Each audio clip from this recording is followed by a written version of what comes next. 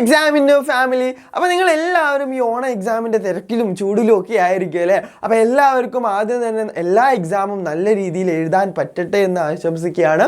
അപ്പോൾ ഈ ഒരു വേളയിൽ നിങ്ങൾ പലപ്പോഴെങ്കിലും ചിന്തിച്ചിട്ടുണ്ടാവും ഈ ഒരു കാര്യം എന്ന് പറയുന്നത്, എനിക്ക് മുമ്പേ പഠിക്കാമായിരുന്നു, കുറച്ചുകൂടി നന്നായിട്ട് പഠിക്കാമായിരുന്നു അല്ലേ. അപ്പോൾ നിങ്ങൾ എന്ത് ചെയ്തു, കുറച്ച് സമയം വേസ്റ്റ് ആക്കി എന്നൊക്കെയുള്ള റിഗ്രറ്റും കാര്യങ്ങളൊക്കെ ഒരു ഒട്ടുമിക്ക കുട്ടികളുടെയും മനസ്സിൽ കൂടി പോയിട്ടുണ്ടാവും എന്നുള്ള കാര്യത്തിൽ സംശയമില്ല. അപ്പോൾ എനിക്ക് ഓരോ എക്സാമിൽ ചിലപ്പോൾ നമ്മൾ വിചാരിച്ച പോലെ ഡെലിവർ ആയിട്ടില്ലെങ്കിൽ അപ്പോൾ നിങ്ങൾ ചിന്തിക്കും, എനിക്ക് കുറച്ചുകൂടി സെറ്റാക്കാമായിരുന്നു, കുറച്ചുകൂടി സമയം ഉണ്ടെങ്കിൽ ഞാൻ നന്നായിട്ട് പഠിക്കുകയായിരുന്നു. അപ്പോൾ ആക്ച്വലി മനസ്സിലാക്കേണ്ട കാര്യം, നമ്മുടെ മാരത്തോണും കാര്യങ്ങളും ഒക്കെ കണ്ട അതുപോലുള്ള ക്വസ്റ്റ്യൻസ് ഒക്കെ വന്നാൽ നിങ്ങൾ രക്ഷപ്പെട്ടു. എന്നും ഇങ്ങനെ നടക്കണം എന്നുണ്ടോ എന്ന് ചോദിച്ചാൽ മേ ബി നടക്കാം, നടക്കാതിരിക്കാം. പ്രത്യേകിച്ച് ഈ ഒരു സമയം എന്ന് പറയുമ്പോൾ എക്സാമിൻ്റെ പാറ്റേണും കാര്യങ്ങളും ഒക്കെ മാറി, പഴയതുപോലെയല്ല. കുറച്ചുകൂടി ആഴത്തിൽ സംഭവങ്ങളെ മനസ്സിലാക്കിയ ഒരാൾക്ക് എഴുതാൻ പറ്റുന്ന രീതിയിലാണ് ചോദ്യങ്ങളൊക്കെ വന്നിട്ടുള്ളത്.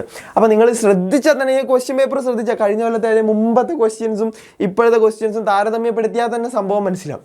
നിങ്ങൾ കുറച്ചുകൂടി ഒന്ന് ചിന്തിക്കണം, ഇതെന്തുകൊണ്ട് ഇങ്ങനെ വന്നു, അങ്ങനെ ഒരു ക്രിട്ടിക്കൽ തിങ്കിങ്ങും കാര്യങ്ങളുടെ രീതിയിലാണെങ്കിലാണ് ഒട്ടുമിക്ക ക്വസ്റ്റ്യൻസിനും ആൻസർ ചെയ്യാൻ പറ്റും. അല്ലാത്ത ചോദ്യങ്ങളുണ്ട്, ഇല്ല എന്ന് ഞാൻ പറയുന്നില്ല. അപ്പോൾ ബേസിക്കലി ഇവിടെ മനസ്സിലാക്കേണ്ട കാര്യം, നമ്മൾ പഠിക്കുന്ന ഓരോ ചാപ്റ്ററും ഡീറ്റെയിൽഡ് ആയിട്ട് ഡെപ്തിൽ അതിനകത്ത് എന്തുകൊണ്ട് ഇങ്ങനെ വന്നു, അത്തരത്തിലുള്ള ചോദ്യങ്ങൾ സ്വയം ചോദിച്ച് പഠിച്ച് മനസ്സിലാക്കേണ്ട ഒരു രീതിയിലേക്ക് മാറിക്കൊണ്ടിരിക്കുകയാണ്.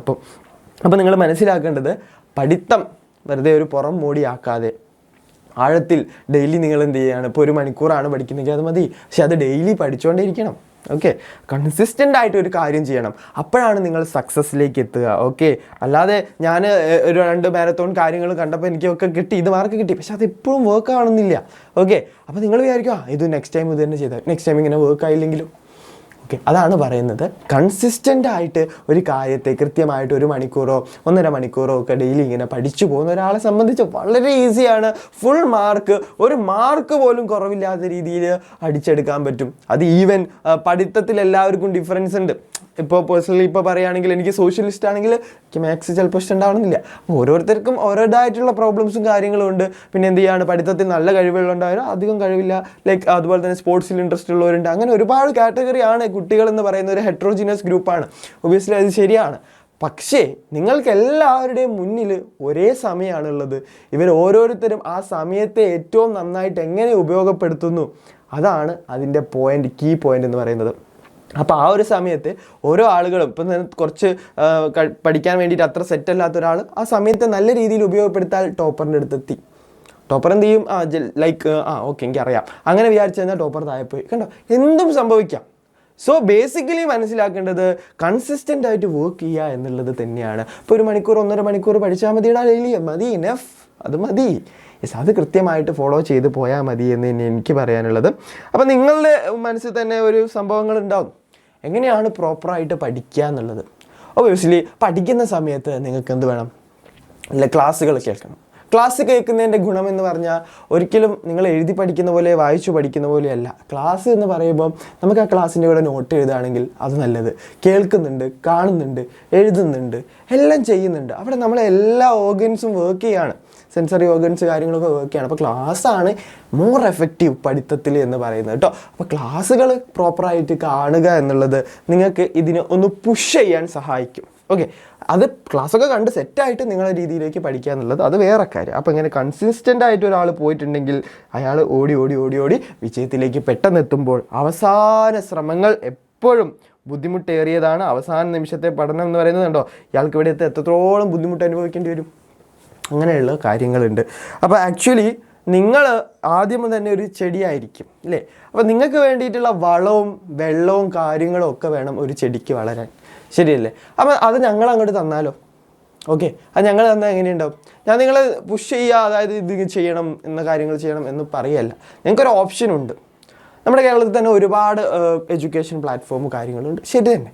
പക്ഷേ അത് തന്നെ എക്സാം വിന്നറിലേക്ക് നിങ്ങൾ എന്തിനു ജോയിൻ ചെയ്യണം, അങ്ങനെ ഒരു ക്വസ്റ്റ്യൻ നിങ്ങളുടെ മനസ്സിലുണ്ടെങ്കിൽ നമ്മൾ ഓരോ ക്ലാസ്സിനും എന്ത് ചെയ്യുന്നുണ്ട്, കൃത്യമായിട്ട് ലൈവ് ക്ലാസ്സുകൾ കൊടുക്കുന്നുണ്ട്, ഡെയിലി ലൈവ് ക്ലാസ്സുകൾ പോകുന്നുണ്ട്.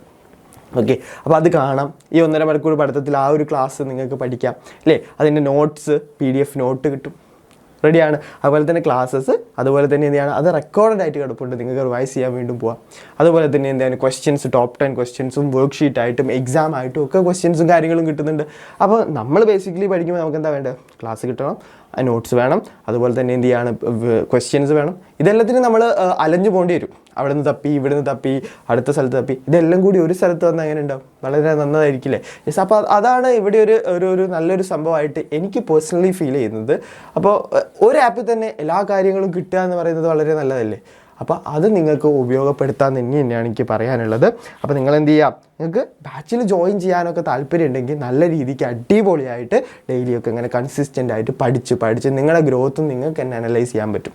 ഓക്കെ, ഞാൻ ഒരിക്കലും നിങ്ങൾ നിർബന്ധിക്കില്ല ഇങ്ങനെ ചെയ്യണമെന്നല്ല. പക്ഷെ നിങ്ങളൊന്ന് ആലോചിച്ച് നോക്കാം, ഇങ്ങനെ എല്ലാം ഒരു സ്ഥലത്ത് കിട്ടുന്നത് എന്തുകൊണ്ട് നല്ലതാവില്ല? പ്ലസ് പ്രത്യേകിച്ച് ഓണമൊക്കെ വരുന്ന സമയത്ത് നിങ്ങൾക്കൊരു കൈനീട്ടം പോലെ നമ്മൾ എന്ത് ചെയ്തു, ആ ഫീസ് കുറച്ചുകൂടി അങ്ങോട്ട് കുറച്ചു. ഓക്കെ, ആ ഫീസ് നമ്മുടെ ബാച്ചിൻ്റെ ഫീസ് കുറച്ചുകൂടി അങ്ങോട്ട് കുറച്ചു.